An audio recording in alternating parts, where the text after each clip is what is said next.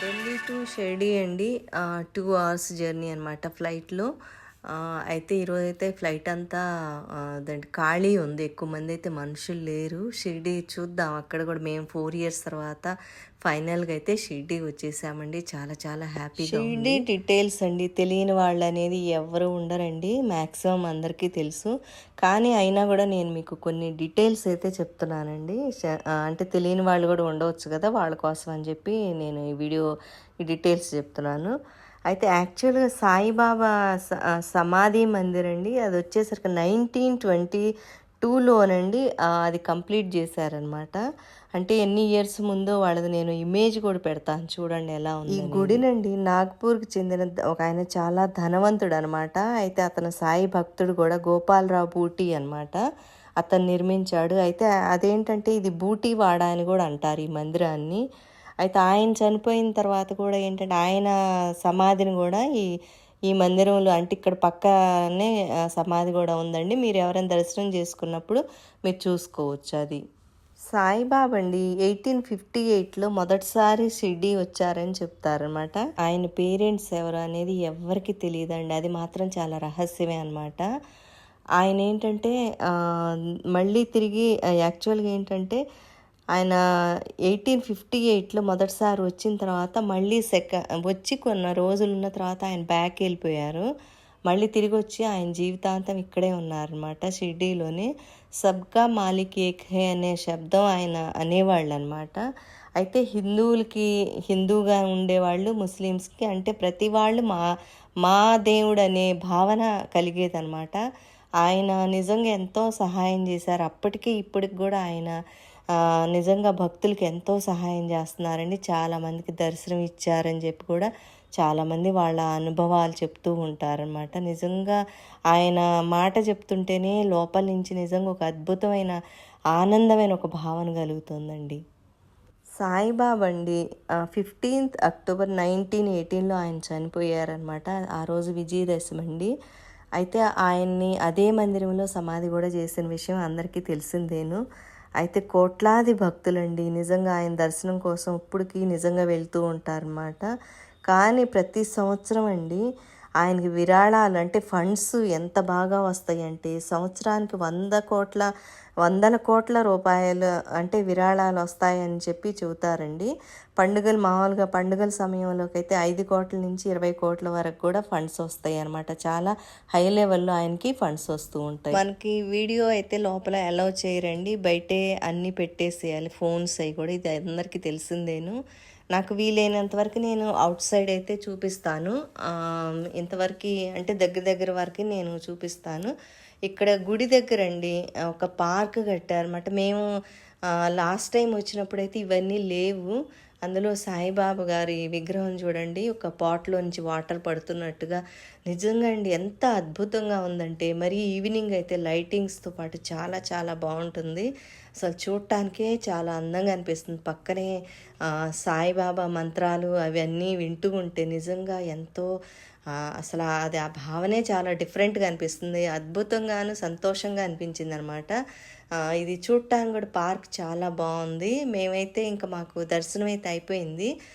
మళ్ళీ మేమేం చేసామంటే ఈవినింగ్ వచ్చామన్నమాట. ఈ పార్క్ అంతా మళ్ళీ సెకండ్ టైం దర్శనం చేసుకుందామని. చూడండి ఎంత అద్భుతంగా ఉంది. Hello friends, I'm Suji. ఈరోజు అండి షిరిడీలో ఉన్న అంటే టెంపుల్కి దగ్గరలో ఉందండి ఈ పార్క్. ఇందులోకి మేము వచ్చాము. అసలు ఎంత అద్భుతంగా ఉందో చూడండి. అన్నీ కూడా ఒక అంటే బాబాయి స్టోరీ టైప్లో వీళ్ళు విగ్రహాలని అదంటే కట్టారనమాట. అన్ని పల్లకీలో ఈ మోయటం అన్నీ కూడా చూడండి ఎంత అద్భుతంగా. అప్పటికి ఇప్పటికి చాలా కూడా డిఫరెంట్గా ఉంది, డెవలప్ అయిందన్నమాట బాగా.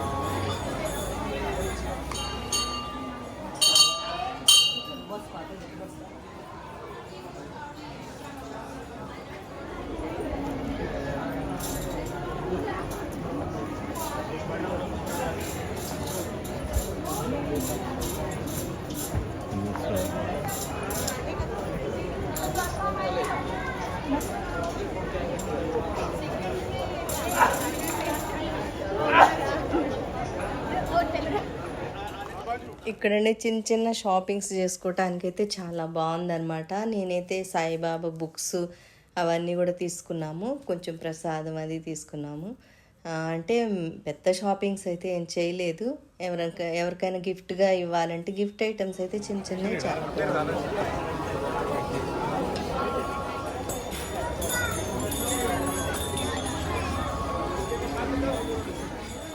ఆంజనేయ స్వామి గుడికి వెళ్దాం పదండి. ఇక్కడ ఆంజనేయ స్వామి దర్శనం చేసుకున్న తర్వాత పక్కనే కూడా చిన్న చిన్నవి ఉన్నాయి అన్నమాట సాయిబాబాయి, అవి కూడా చూద్దాం పదండి.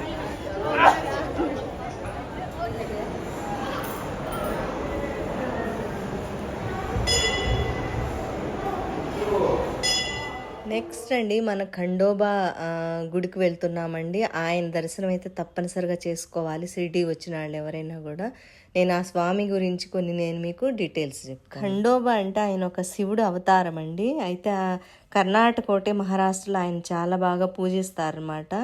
అయితే ఎక్కువగానండి రైతులు, యోధులు, గొర్రెల కాపరి ఇటువంటి వాళ్ళు చాలా బాగా ఆయన భక్తితో పూజిస్తారండి.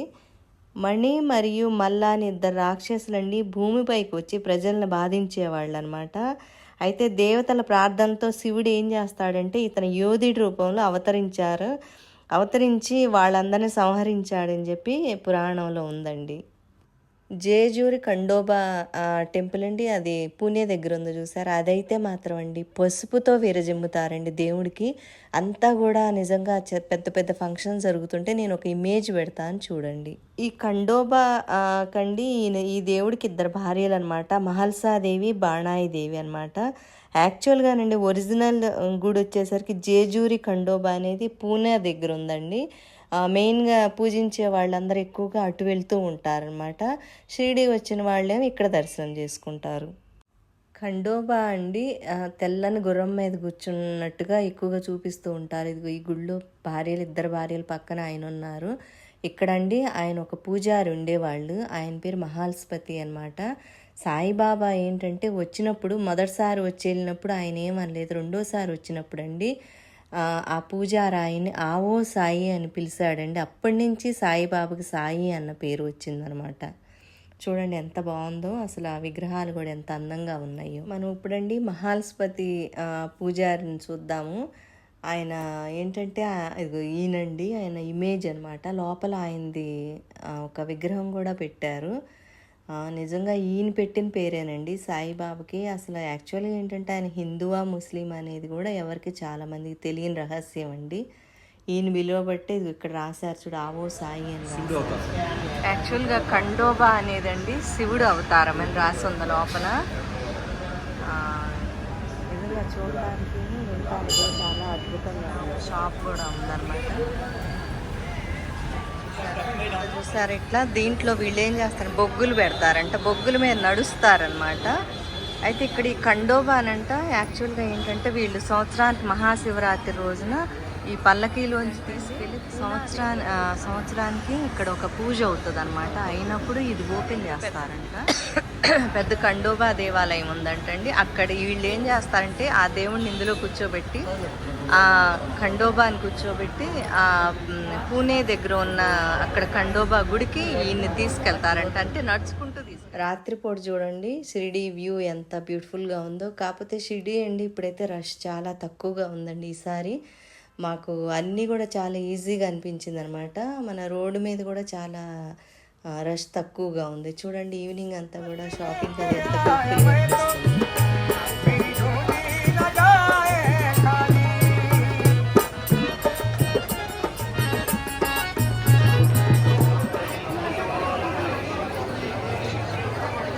ద్వారకమాయ దర్శనం చేసుకోండి.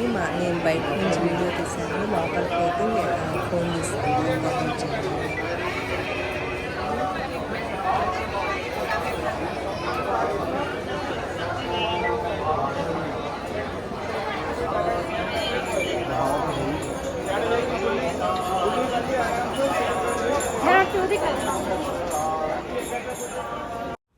ఓకే అండి, మీ అందరూ కూడా షిరిడి దర్శనం చేసుకున్నారని నేను అనుకుంటున్నాను. మరి వీడియో నచ్చినట్టయితే మాత్రం జై సాయిరామ్ అని రాయండి.